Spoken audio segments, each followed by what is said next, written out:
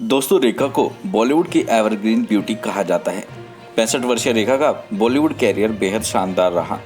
हालांकि उनकी निजी जिंदगी में काफी उथल पुथल रही, खासकर उनकी लव लाइफ से जुड़े कई रहस्य आज तक अनसुलझे हैं। ऐसे में आज हम आपको रेखा की लाइफ के वे 3 रहस्य बताने जा रहे हैं जिन्हें आज तक कोई नहीं सुलझा पाया।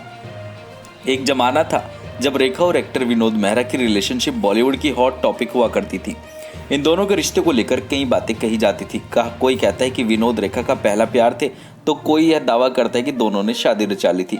लोकप्रिय पत्रकार यासिर उस्मान की बुक रेखा एन अनटोल्ड स्टोरी में दोनों की शादी का जिक्र पढ़ने को मिलता है। किताब के अनुसार रेखा और विनोद ने एक दूसरे से शादी रचाई थी। यह दोनों की पहली शादी थी। हालांकि उन्होंने इस बारे में कभी किसी को नहीं बताया। इनकी शादी कोलकाता में हुई थी।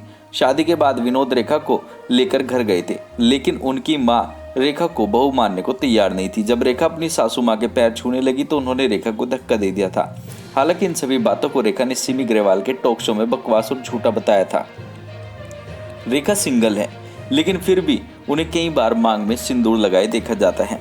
उन्होंने पहली बार सिंदूर 1980 में ऋषि कपूर और नीतू सिंह की शादी में लगाया था। शादी में वे जब मेहमान बन आई थी तो उनकी मांग में लाल रंग का चमचमाता सिंदूर था। दरअसल उन दिनों रेखा और अमिताभ का अफेयर चर्चा में था। ऐसे में सभी लोगों को लगा कि रेखा ने अमिताभ के नाम का सिंदूर लगाया है। जब इस घटना के बारे में सिमी ग्रेवाल ने अपने टॉक शो में रेखा से सवाल पूछा तो वे बोली, पूरी दुनिया अमिताभ जी की फ़ैन है। यदि मैं भी उनकी फ़ैन हूँ तो इसे बड़ी बात क्यों बनाया जाता है। यदि आपने नोटिस किया हो तो तस्वीर में दिखाई दे रही लड़की हमेशा रेखा के साथ दिखाई देती है। बॉयज़ हेयर कट और मैन आउटफिट वाली इस लड़की का नाम फरजाना है।